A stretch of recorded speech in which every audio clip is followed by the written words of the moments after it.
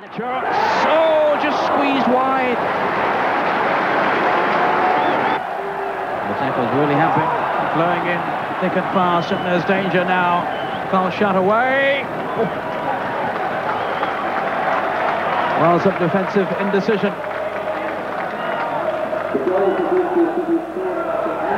And here again, the danger of being caught out. Mill got a lot of pace. He's got support here too from Walsh. Well driven, and a marvellous goal then from Walsh. McLaren was frequently a midfield architect for City, with passes like that setting them in motion, and they straight away pinned the Welsh side down. Nice elusive running there by Milne. Sets up the shooting space for McLaren, but Rhys Wilmot, Swansea's on-loan goalkeeper from Arsenal, did the trick. Now, Swansea's main ploy was that longer throw, and Paul Rayner did bundle the ball into the City net, but the Torquay referee, Lester Shapter, was having none of it and ruled it out for an infringement. That's McLaren again, getting City in motion. Back to the midfield player who knows when to go forward. Milne crosses nicely. Now, Swansea clear it partially, but only as far as the alert Galliers, who changes the direction. Walsh has read it, and that trusty left foot does the rest for City. That's 1-0.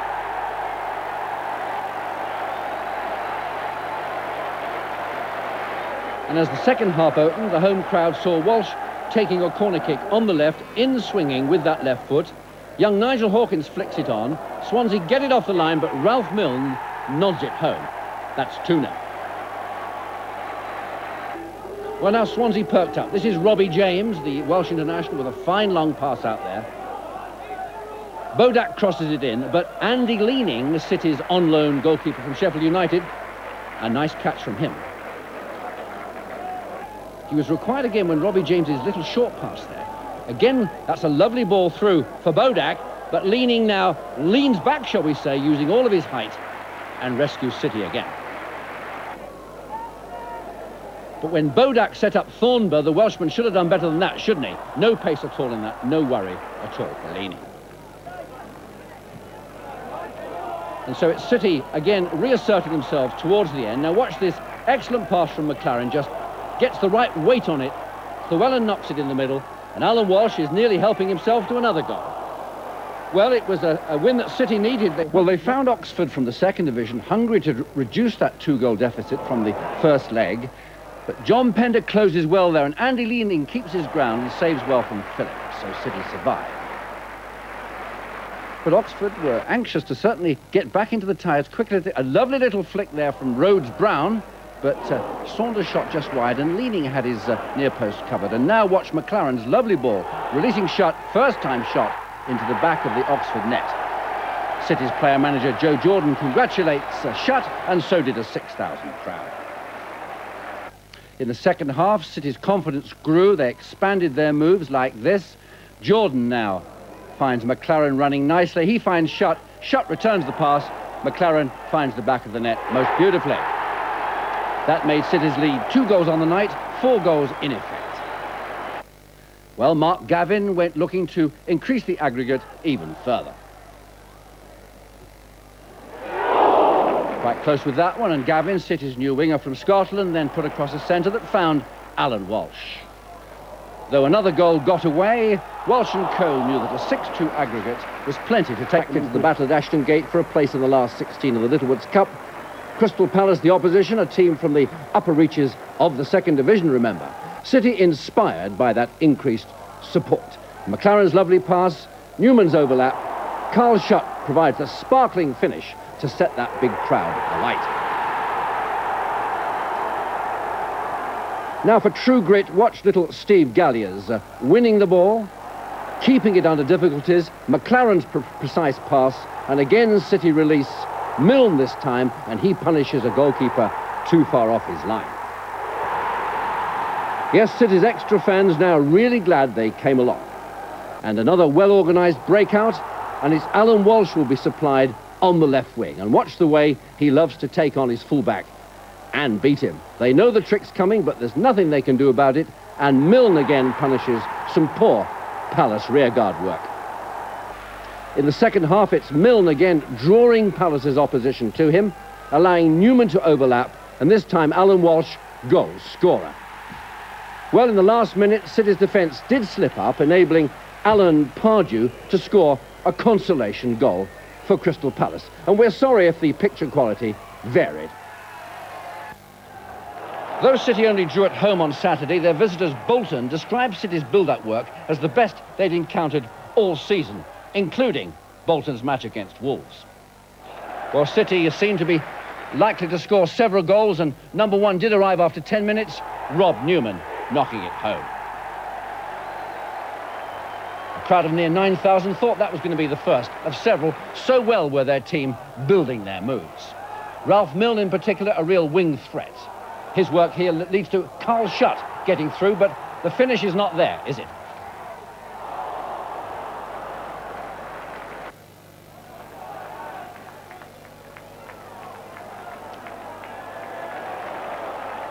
Now, Milne is to make his own chance, but again, the Welsh international goalkeeper having the better of the argument. Mark Gavin here thinks he should have had a penalty. Did look that way, didn't it? But the referee, the man who matters, he didn't agree. Gavin, a lively man on the day, was to set up an opening now for Alan Walsh. But somehow Walsh just can't get room for that big left foot shot that he's capable of producing. A clever McLaren, and Walsh now setting up a chance for Gavin, but again that goalkeeper Felgate is becoming the real boss, and when Newman gets through, there's not the same conviction behind that effort as with his goal, is there? And towards half-time, Andy Llewellyn's error there, nearly an own goal, and Bolton must have begun to believe they needn't lose, and certainly in the second half that was the case, because Trevor Morgan gets through and the quickness of his shot deceives the City defence. What a moment for Morgan, a former City player, but City had thrown away 2 points. Despite losing injured defender David Martin after only 2 minutes, Southend looked dangerous.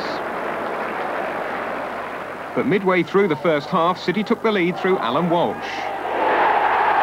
City were now in their stride and seemed on course for victory before half-time. Schutt fed Walsh on the left. Scott McGarvey scored the second.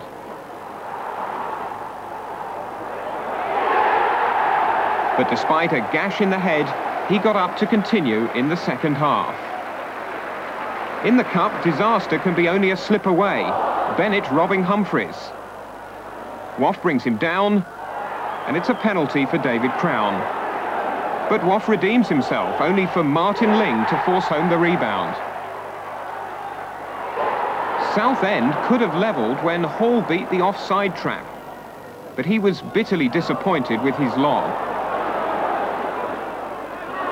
Then, after Carl Schutt had had an effort cleared off the line, he added the decisive third from Gavin's cross to put City through.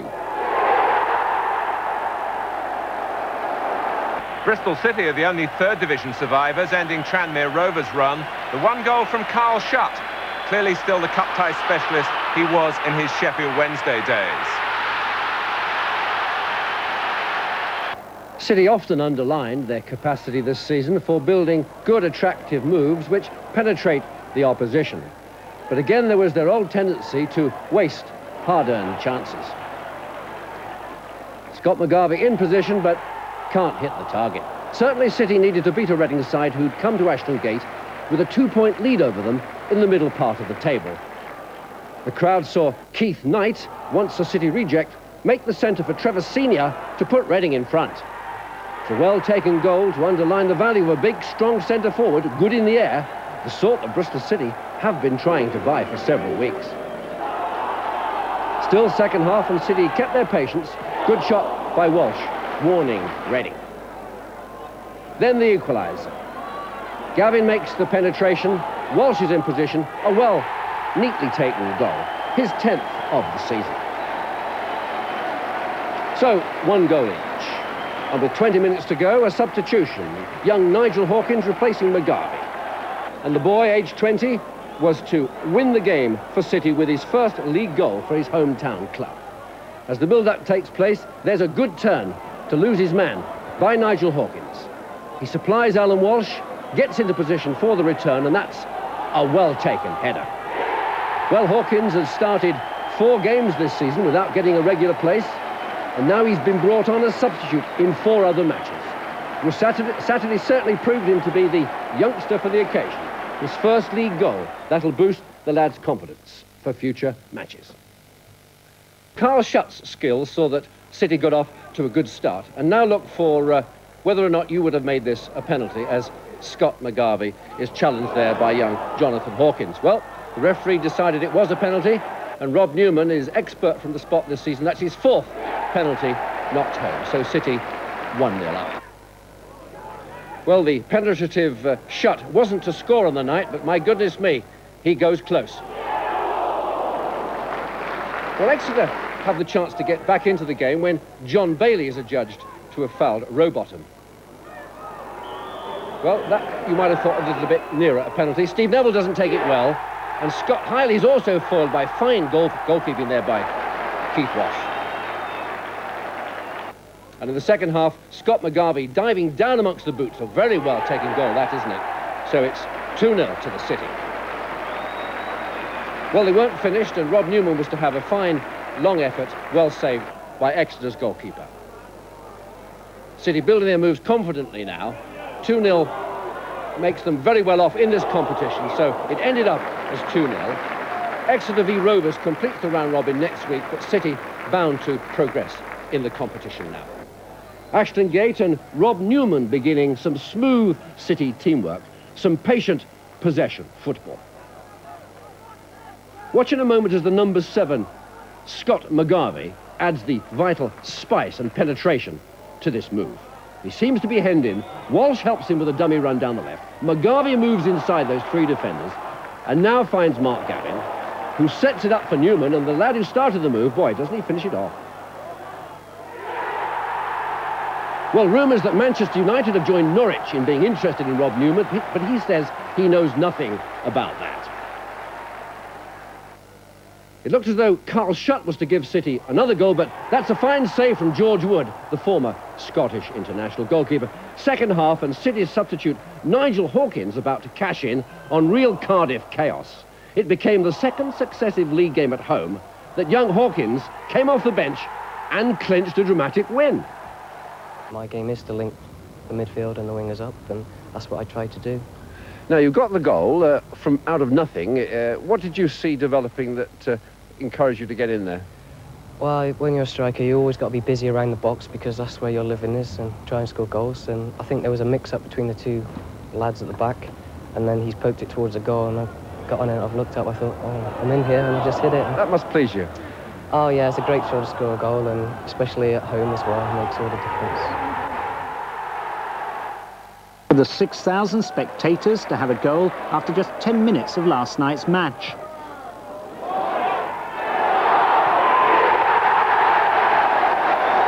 Carl Schutt spots the deflection quicker than the Aldershot defence to put City ahead with his 3rd goal of this marathon tie. City should have scored again. A quarter of an hour later, Carl Schutt crosses, but Scott McGarvey can't quite get to it. Just on half-time, John Pender shoots from close range, and Tony Lange produces a spectacular one-handed save.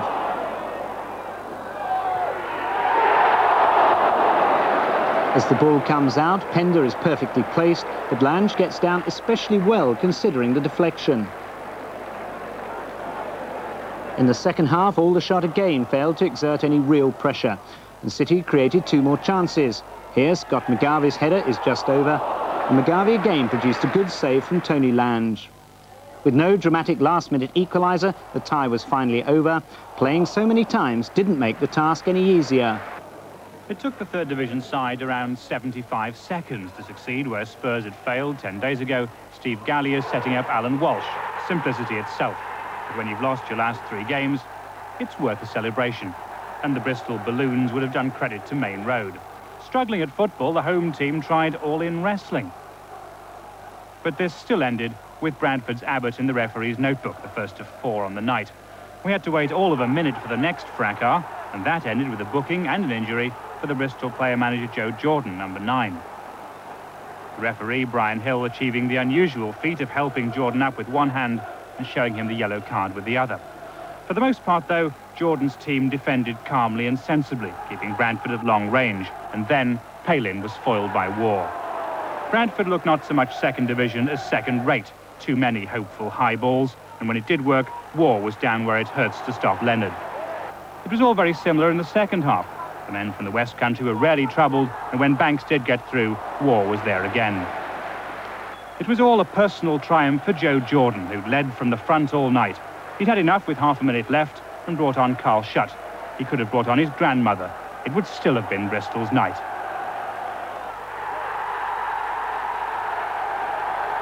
The old warhorse can still celebrate with the best of them. He went off to bath those aging legs and leave his teammates to enjoy what they'd thoroughly deserved. Looking for early dividends from Eamon Dolan, their borrowed striker from West Ham, but Eamon's header inches too high there. Soon David Smith was causing all sorts of problems to City's defence.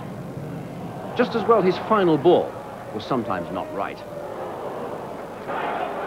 Well, genuine wingers may be a dying breed in modern football, but this David Smith is no dodo. As well for City that goalkeeper Keith Waugh's reactions were nice and sharp.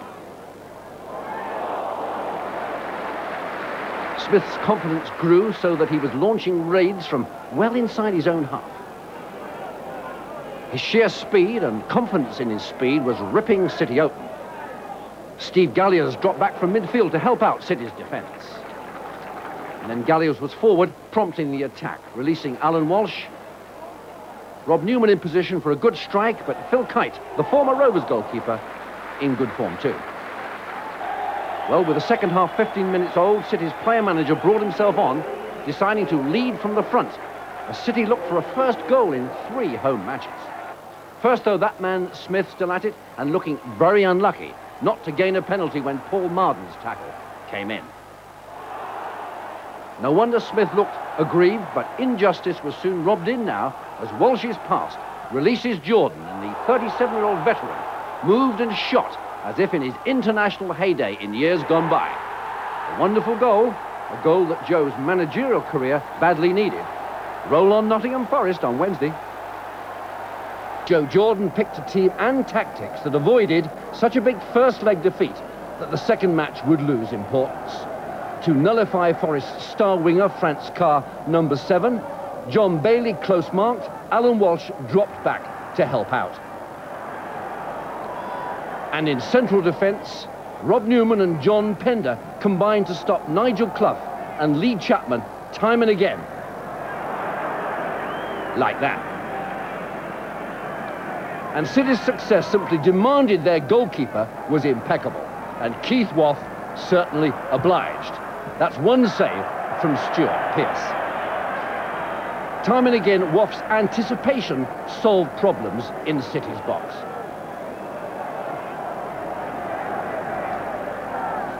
In the second half, City's splendid goalkeeper again in the right place to deny Pearce of England. Then to City's precious goal. Composed, integrated midfield work opened up interesting possibilities. Then it was the experienced Alan Walsh who was to unlock the First Division side's defence. In came the cross, and finally Mark Gavin set up the chance for Paul Marden to knock it beautifully home. The 19-year-old lad had never scored for the first team before. His first senior goal certainly made the night for City's 8,000 travelling fans. But with only 4 minutes left, City were to concede a goal. John Pender, trying to prevent Clough getting to the ball, jabbed it into his own net. A personal tragedy, but a draw was a fine result for City. No doubt about that. They'd got the result they planned and got. And at the finish, their young hero, their goal scorer, was happy to discuss the goal he will simply never forget. I didn't really know what to do. Just went in the back and I just stood there and I was just crowded by all my players. Couldn't do much else, and they fell on the floor, the weight of them. Because the strange thing was, you'd spent most of the game obviously in a defensive role, so to even be forward for the goal was quite something. Yeah, I came here to mark Kodge. It's a very difficult job. He's a brilliant player, and there weren't much opportunity to get forward, but I don't hit many like that. Crikey. In the number 10 for City, the wizard from a free kick strikes once again, Alan Walsh's 13th goal of the season. Billy Wedlock, who had the pub next to the ground named after him because of 26 caps for England, would have approved of the big match atmosphere returning. With club shop takings added to 28,000 ticket income, television and advertising fees, it becomes City's record payday at about £200,000. One fan even came despite a broken foot from last week's first leg at Nottingham. You've done your bit, Pete. I've done my bit, all right. Yeah, it happened when I hit Nottingham. When City scored, I tumbled down a couple of steps. Are you going to fall down some steps today? Hopefully 4 or 5 times. Arrests yesterday, under 1 per 1,000 fans. From 26 arrests, 14 persons are to be charged. Very quiet day at the moment, yeah. Well-behaved crowd? At the moment, yeah. Have you found anything that shouldn't have been in pockets? No, nothing at all. Nothing at all. They're being very, very good at the moment. So a policeman's lot is a happy one today? All the time. All the time, sir. 3 times the usual car custom. Brian Clough, as is his custom, was hurrying away from photographers. His lad Nigel, though, was in less of a hurry. And the City players' pre-match mood inside in the dressing room. Oh, the lads are buzzing. The lads are definitely buzzing. Good luck to you, Christian. Thank you very much. Good. Soon, Christian Honour and his City teammates would be moving up that tunnel to a rapturous welcome from the packed and inventive crowd. How's this for a display of inflatables? Even DJ Bear himself, the league's new official fair play and fun mascot, had joined the big crowd. Right, DJ Bear, what are you doing here today? I'm here promoting family fun on the terraces because I really do believe we've not only got the finest football teams in Europe, possibly the world, but we've also got the best fans. Amongst the fans, Brian Clough, ordered there after being banned from the touchline. A full football report in part 2 was needed from the opening minutes. Neil Webb, Forest's England man on World Cup duty in Albania next week, saw the 3rd Division goalkeeper demonstrate first-class work. Well, City answered with a Rob Newman free kick, and watch how Joe Jordan almost gets a boot to it to turn it home. City pressed often, and from one of several Alan Walsh corners, John Pender wins it in the air. Joe Jordan turns it back, but the player-manager's pass goes astray. And then when little Steve Galliers let fly, Jordan did get a deflection, and see how Steve Sutton changes direction to save Forest with a super save. Well, Nigel Clough often linked Forest's move, but Lee Chapman, 4 goals in the last round, not about to score from that distance against Keith Waugh. Next, City's goalkeeper saves from Pearce of England, and then gets over to cover that one too. But look for this tremendous piece of goalkeeping now from City's hero. Franz Carr has time to take careful and powerful aim. Somehow Waugh blocked that one as well. That kept City alive for a last-minute thrust when they were inches from a sensational victory. Just a combination of Forest goalpost and Steve Hodge saves the 1st Division side a minute from time. So to the end of normal time then, and into the extra period. And 6 minutes from the end of that, Forest struck. They built a move down the right. Young Clough took part in it there, giving it to Webb. Clough touches it into the path of Gary Parker, and that is the definitive shot. No chance for Keith Waugh. Forest are at Wembley. Their fans celebrate. So does their bench. And afterwards I spoke with Forest's match winner, but first with City's goalkeeper, man of the match, Keith Waugh. Man of the match, Keith Waugh. A lovely decanter. Is that any consolation for not getting to Wembley? Not really, I'd swap it any time. I'd like to swap this with Gary and us be going to Wembley, but that's the way it goes. We'll give everything we've got to do. You were pretty busy. Yeah, I mean, in the class side, we knew we were going to be under pressure again, and I don't think the conditions held both sides.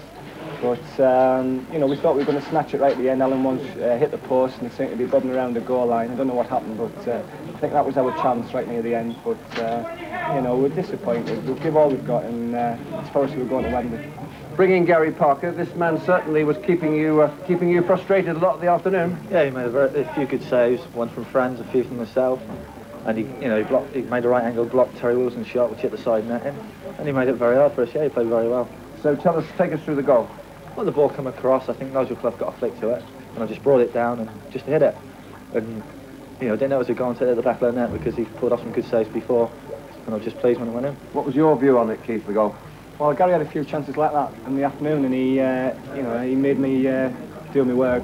But that one, you know, as soon as he hit it, I knew it was going in. It flew right in the top corner, and not much I could do about it. City began badly, but their goalkeeper continued in his recent impeccable form.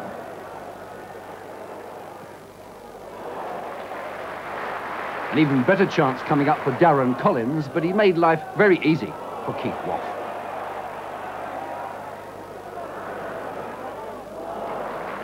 Then Carl Schutt, working a short corner routine, produced a stunning shot.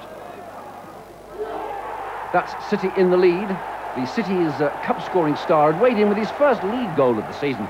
City's crowd will not want Schutt, who's been unhappy at Ashton Gate, to be leaving now. Robbie Turner's aerial worker feature. City's new centre-forward helped make the chance that Alan Walsh knocked home with that deadly left foot of his. City 2 up, leading scorer Walsh's 14th goal of the season. Well, Robbie Turner in his Ashton Gate debut was looking the centre-forward City have long needed to replace the ageing Joe Jordan. Northampton couldn't handle Turner in the air, but no one was living off the scraps he provided. He used that powerful head for all sorts of purposes, directing moves. And then when Andy Llewellyn was to get to the line and produce a super centre, why, Turner did the scoring job himself. Yes, with that head of his. The big lad climbs well, doesn't he? Maybe City and him can climb together. Well, throughout the second half, though, Keith Waugh needed to stay alert. Northampton, remember, had won their previous 4 league games. They weren't giving up yet. Gary Stanley ensured that Northampton's keeper, Glesher, had little leisure. Then finally, Alan Walsh's own goal was all that Northampton got. So a final scoreline then that encourages City's public to believe that their cup heroes can still make a dart towards those league playoffs. Well, Robbie Turner's good work in the air there makes an early chance for Newman, and that results in a penalty. The referee thought so, if not everybody else. Rob Newman, though, took full advantage. That's 6 penalties from Rob Newman this season, and no misses. City certainly efficient in that department. City out, remember, to reinstate themselves after Saturday's 4-0 home defeat, and they certainly gave Mansfield's goalkeeper a busy time in the first half. It's Alan Walsh with a shot now that was to come back after Brian Cox's legs, and then Robbie Turner, ditto, thwarted by the keeper's body. City kept at it, and McLaren does well to make a chance that Newman gets his head to, but the Mansfield player-manager does his job getting it off the line. Second half, though, and Mansfield improve and make chances. That's Kevin Kent with a good chance, does everything right, except the final shot just inches wide. Now City's defence makes a mistake to let that ball go over the top of them. Hathaway sets it up. Steve Charles, though, thwarted by Keith Waugh's good goalkeeping. So City still had a lead then when Nigel Hawkins justified his inclusion. He links well with Newman for City's Mr. Versatile to score again. City's fans will rue the day should the club accept any of the big offers on the table for Rob Newman. Leads in of 8,500, the biggest at Twerton since Rovers moved there, and Rovers came out knowing they'd not lost a derby in 3 years. City with a new man, though, £250,000, Bob Taylor. But it's Rovers making the first chance. Gary Penrice gets away, but he misses that target. City breakthrough when new boy Bob Taylor supplies McLaren. McLaren's effort takes a deflection, and Alan Walsh is helping himself to his 15th goal of the season. City's followers going bananas with joy, but not for long, because it's Holloway's pass there, finding Dennis Bailey, showing the superb acceleration that surprises City's goalkeeper and his defenders. The ball breaks to Penrice, thank you very much, the easiest of his 18 goals this season. Well, again, City make the running, and Walsh makes his own opening. But that man, Twentyman, on the line to clear for Rovers. Well, as City's new striker goes for goal, Steve Yates takes a bit of a bump there, and worse was to follow for young Yates, because as Taylor gets into the box, the referee decides it's a penalty. Was he over that line? It does look as though he might have been. Well, Rob Newman was to take the penalty for City, and 6 successful penalty kicks behind him, but Nigel Martin saves. What a thrill for those Rovers fans, and as you see it in slow motion, you see why this lad is England's under-21 goalkeeper. He's strong, he's acrobatic, he's instinctive. Well, after the interval, Newman strikes again, but he's again denied by an inspired Martin, who is shaping out star-quality career. There's more old-fashioned skills from Alan Walsh, but that man Martin again knocking it off, yes, Newman's head.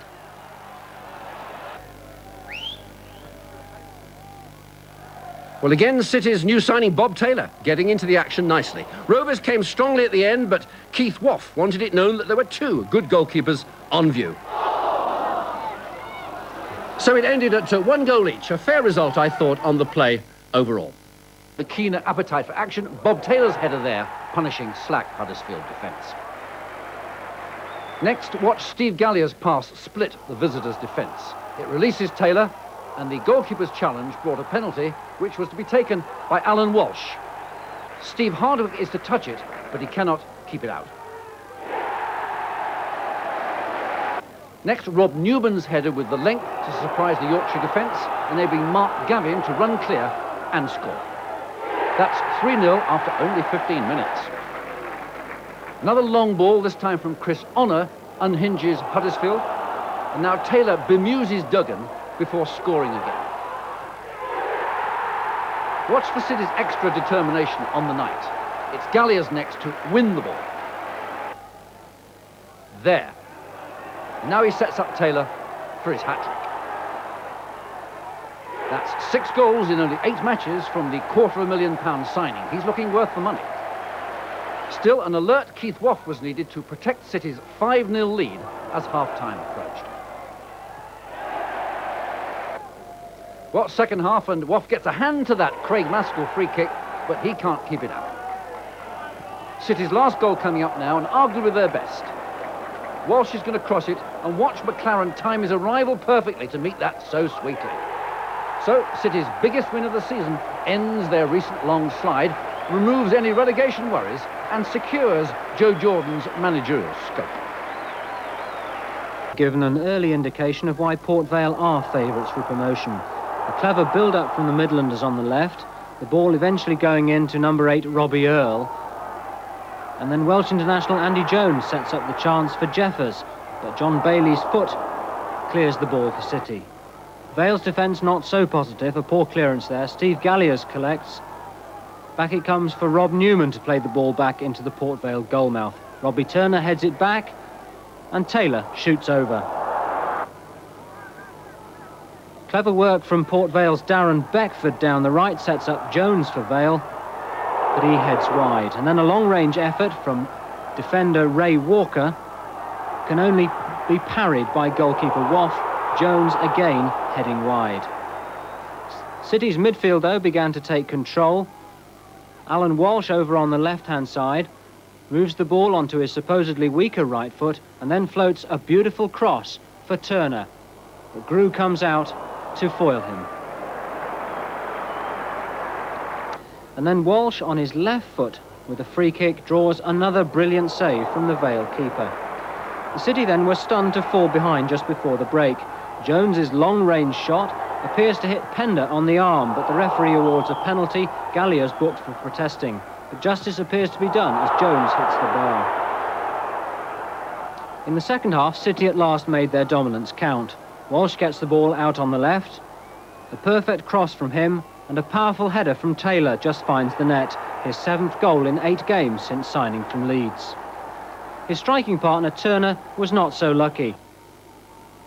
First of all, from a Marden free kick. First the defender, then the goalkeeper block him.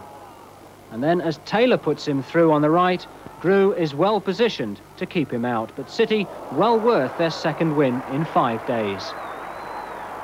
Bristol's 2 league football clubs are talking tonight of tough measures to control the hooligans.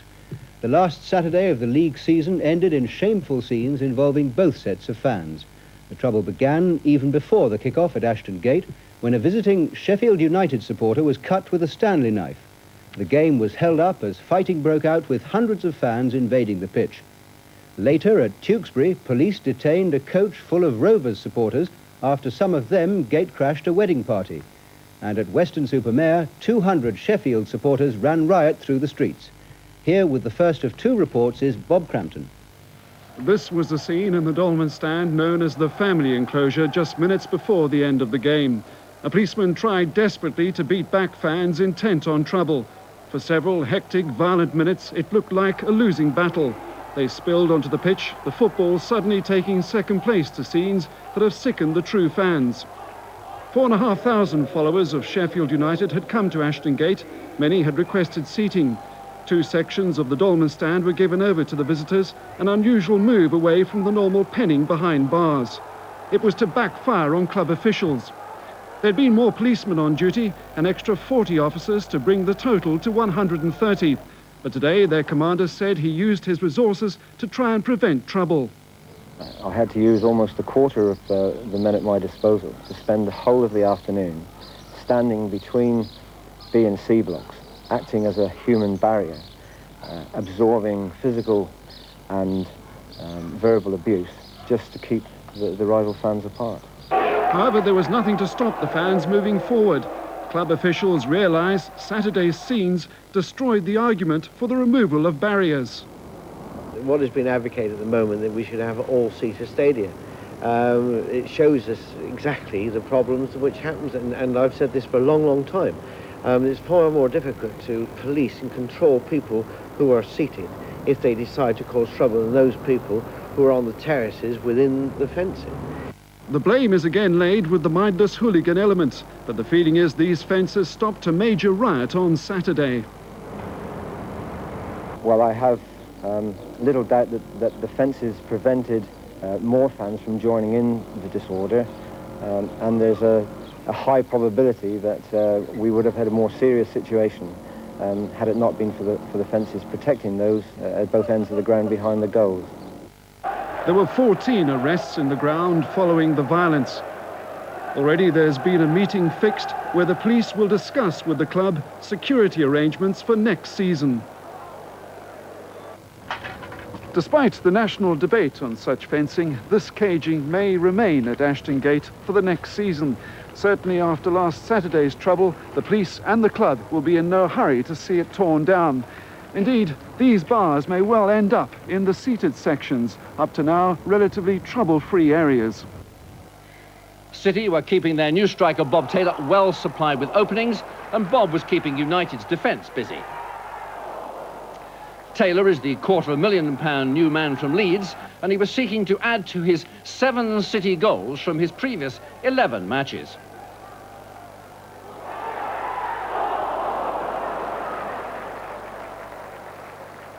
Mark Gavin was seeking to improve on his season's report, which could read, talented but inconsistent. This £35,000 winger from Hearts began well for City last October, and lately he's been looking the part again.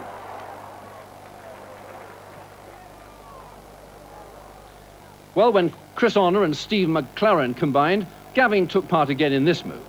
Holds the ball nicely, gives it back to McLaren, nice through pass. Robbie Turner's read it, puts City ahead.